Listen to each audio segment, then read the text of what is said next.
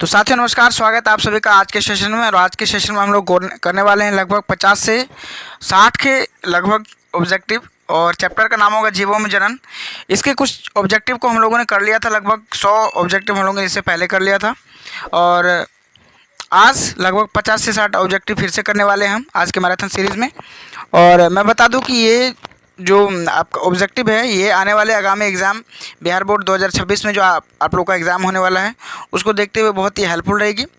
तो वीडियो में अंत तक बने रहिएगा, और किसका कितना सही गया है ये आप कमेंट सेक्शन में ज़रूर कमेंट करके बताइएगा। तो सबसे पहला क्वेश्चन हमारा कहता है कि प्राणियों में यौवनावस्था के बाद क्या आता है? क्या आता है? कायिक अवस्था आता है, या फिर प्रजनन अवस्था, या वृद्धावस्था, या प्रौढ़ावस्था? क्या आता है? तो ये प्रजनन अवस्था आता है। राइट आंसर इसका बी होगा।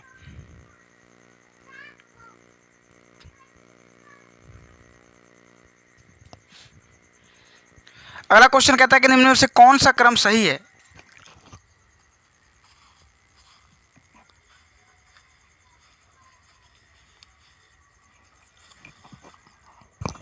इसमें से कौन सा क्रम सही है बताइए। पहला है युग्मक जनन, संयुग्मन, भ्रूण जनन और युग्मनज। दूसरा है संयुग्मन, युग्मक जनन, युग्मनज और भ्रूण जनन। और उसके बाद है युग्मक जनन, संयुग्मन, युग्मनज, भ्रूण जनन। और उसके बाद युग्मनज, भ्रूण, संयुग्मन और युग्मक जनन। क्या है इसमें से राइट जो क्रम है, सही जो क्रम होगा इसमें क्या होगा? तो इसका जो सही उत्तर होगा पहले देख लीजिए। पहले होता है युग्मक, उसके बाद युग्मनन, उसके बाद होता है युग्मनज, और उसके बाद भ्रूण जनन होता है ना। सबसे जो सही और सटीक आंसर होगा वो राइट आंसर इसका सी होगा। नेक्स्ट है शब्द होमोटैबैलिक एवं मोनोसियस का प्रयोग किसके लिए किया जाता है? किसके लिए होता है? पहला हमारा ऑब्जेक्टिव द्विलिंगी अवस्था के लिए, एकलिंगी अवस्था के लिए, स्टैमिनेट पुष्प के लिए और पिस्टिलेट पुष्प के लिए। क्या इसका राइट आंसर हो सकता है? 103 का सही उत्तर क्या होगा? इसका जो सही उत्तर होगा वो हो जाएगा द्विलिंगी अवस्था के लिए, है ना। ये जो द्विलिंगी अवस्था के लिए शब्द का प्रयोग होता है होमोथैलिक एवं मोनोसियस, इसका प्रयोग होता है किसके लिए? द्विलिंगी अवस्था के लिए।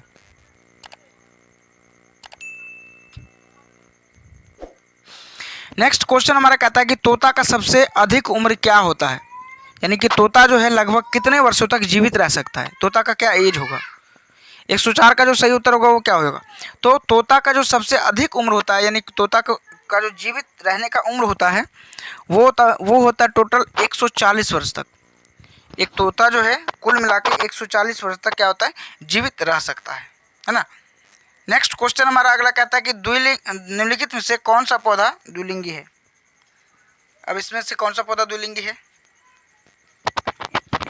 पहला है कि पपीता होगा, या फिर खजूर होगा, या फिर नारियल होगा, या फिर इनमें से कोई नहीं होगा। इसमें से कौन सा पौधा द्विलिंगी है? 105 का जो सही उत्तर होगा वो हो जाएगा नारियल। सही उत्तर क्या हो जाएगा? नारियल। इसमें जो नारियल है वो पौधा द्विलिंगी पौधा होता है। कौन सा द्विलिंगी जानवर है? पहला है केचुआ, हाइड्रा या जोंक। दूसरा तेलचिट्टा, एस्कैरिस तथा हाइड्रा। तीसरा है केंचुआ, स्कैरिस तथा जोंक, और स्कैरिस, तेलचिट्टा तथा हाइड्रा। इसका जो सही उत्तर होगा क्या होगा? तो 106 नंबर का जो सही उत्तर होगा वो हो जाएगा इसमें केंचुआ, साथ में हाइड्रा जो होता है, और साथ में जोंक। ये क्या है? द्विलिंगी जीव है। नेक्स्ट है क्वेश्चन हमारा कि अगुणित गुणसूत्र किसमें पाया जाता है? अगुणित गुणसूत्र की बात है तो ये किसमें पाया जाएगा? जायगोट में, या फिर युग्मनज में, या फिर भ्रूण में, या फिर बीज में। क्या होगा इसका सही उत्तर? तो 107 का जो सही उत्तर होगा यहाँ पे, 107 का सही उत्तर होने वाला है यहाँ पे क्या? युग्मक। ये अगुणित गुणसूत्र किसमें पाया जाता है? तो ये जो गुणसूत्र पाया जाएगा ये युग्मक में पाया जाता है। नेक्स्ट अगला क्वेश्चन कहता है कि किसी आवृत्त बीजी यानी कि एंजियोस्पर्म में कितने युग्मक परागनलिका होते हैं? 1, 2, 3 या फिर 4? सही उत्तर इसका क्या होगा? 108 का सही उत्तर क्या होगा? सही उत्तर जो होगा इसमें वो किसी आवृत्त बीजी में 2 युग्मक परिनालिका होता है ना। राइट आंसर इसका 2 होगा।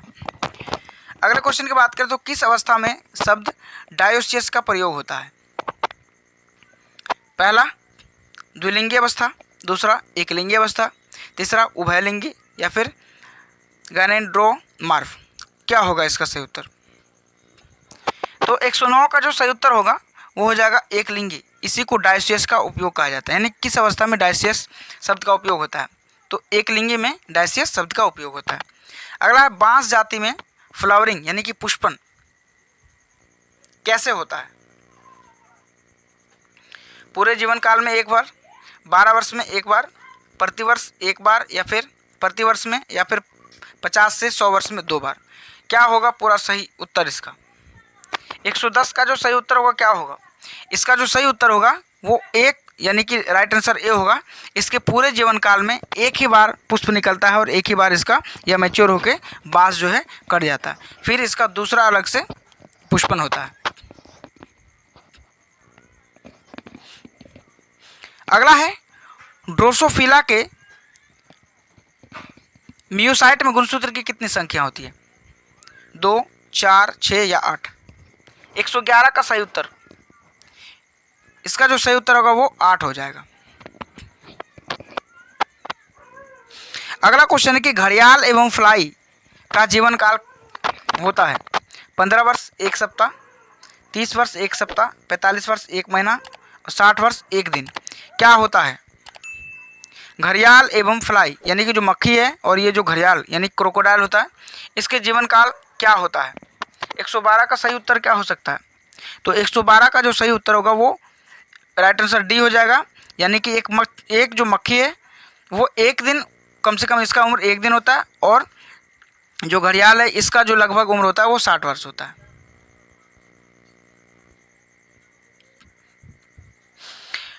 नोट्स को आँख कहते हैं जो निम्नलिखित में से किसमें नया पौधा बनता है? बताइए। अदरक में, ब्रायोफाइलम में, एलोकेशिया या फिर आलू? राइट आंसर क्या होगा इसका? 113 नंबर का जो सही उत्तर होगा वो हो जाएगा डी, आलू में होता है। और गतिशील सीलिया युक्त बीजाणु को क्या कहते हैं? बताइए। एल्पेनोस्पोर्स, कोनिडिया, जूस्पोर्स या फिर उस्पोर्स? क्या होगा सही उत्तर इसका? 114 नंबर का सही उत्तर, इसका जो सही उत्तर होगा वो जूस्पोर्स हो जाएगा, राइट आंसर सी होगा। नेक्स्ट, यदि 2 युग्मक देखने में समान लगे तो क्या कहते हैं उसको? आइसोगेमेट्स या फिर एंजियोगेमेट्स या फिर हेट्रोगेमेट्स या फिर एक्सोगेमेट? क्या होगा? 115 नंबर का सही उत्तर। यहाँ जो 2 युग्मक एक समान दिखने में लगता है उसको आइसोगेमेट्स कहा जाता है।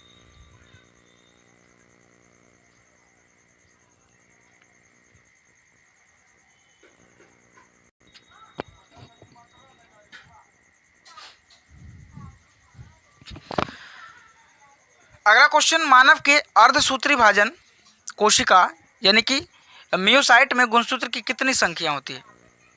मानव के जो अर्धसूत्री विभाजन है इसमें कोशिका में गुणसूत्र की कितनी संख्या होती है? कितना होता है? इसमें 23 होता है, 23 दूना 46 जोड़ा, यानी 23 जोड़ा यानी कि 46 गुणसूत्र। राइट आंसर इसका डी होगा।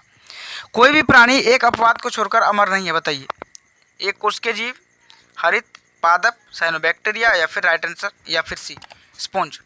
सही उत्तर जो इसका होगा वो एक कोश के जीव होगा। ये एक कोई भी प्राणी एक अपवाद को छोड़कर यानी कि अमर नहीं है, तो ये कौन सा अमर नहीं है? एक कोश के जीव। नेक्स्ट, संतान जो लगभग एक दूसरे के आइडेंटिकल हो, साथ ही उनके पेरेंट के भी आइडेंटिकल हो, क्या कहलाता है? वो ट्विंस कहलाता है, प्रतिलिपि बनता है, फिर ड्रोन्स या फिर क्लोन? राइट आंसर इसका क्लोन कहलाएगा। राइट आंसर इसका डी होगा। क्लोन जो होता है वो दोनों एक ही पेरेंट के एक ही जैसे एक दूसरे के समान दिखता है।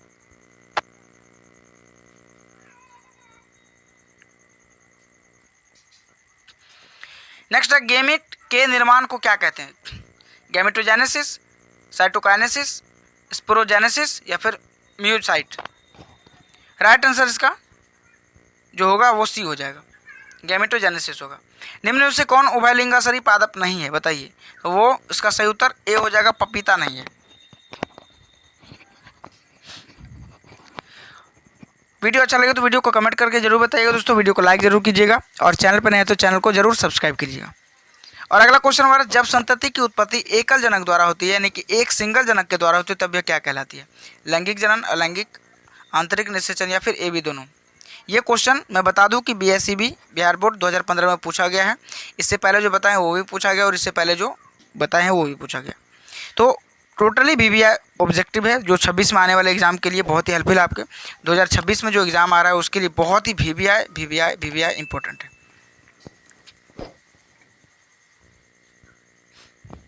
तो अलैंगिक जनन हो जाएगा इसका 121 नंबर का सही उत्तर अलैंगिक जनन। अगला अंड प्रजक है मुर्गी, सांप, मच्छर, मगरमच्छ, इनमें से सभी। ये भी 2015 में पूछा गया बिहार बोर्ड के एग्जाम में। तो इनमें से क्या है, यानी कि अंडा देने वाला, तो अंडा मगरमच्छ भी देती है, मुर्गी भी देती है, सांप भी देती है। आई थिंक इसका जो राइट आंसर होगा वो सभी हो जाएगा, राइट आंसर डी हो जाएगा।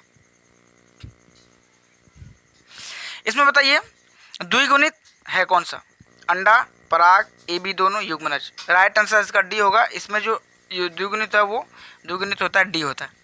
निम्नलिखित में से कौन जंतु उभयलिंगी नहीं है, ये बताइए। तो इसमें जो सही उत्तर होगा वो घरेलू मक्खी हो जाएगा, इसका सही उत्तर सी हो जाएगा। और एसिटाबुलेरिया निम्न में से क्या है, बताइए। तो ये एक शैवाल है, एक शैवाल का नाम है। नेक्स्ट, निम्नलिखित में से किस पौधे के प्रजातियों के बीज का उत्पादन असंग जनन द्वारा होता है। तो राइट आंसर इसका क्या हो जाएगा, ए हो जाएगा सही उत्तर, एस्टेरिया या घास एवं घास, दोनों इसका सही उत्तर। तो ये था हमारा आज का टोटल VBI ऑब्जेक्टिव जो 2026 में जो एग्ज़ाम आने वाला है उसको देखते हुए बहुत ही VBI है और ये बहुत ही हेल्पफुल है आपके लिए। ये चैनल बहुत हेल्पफुल है। इस पर साइंस के बायो सब्जेक्ट से हम लोग बाय डेली बेसिस पे थ्योरी और ऑब्जेक्टिव को पढ़ेंगे मैराथन सीरीज़ के साथ साथ।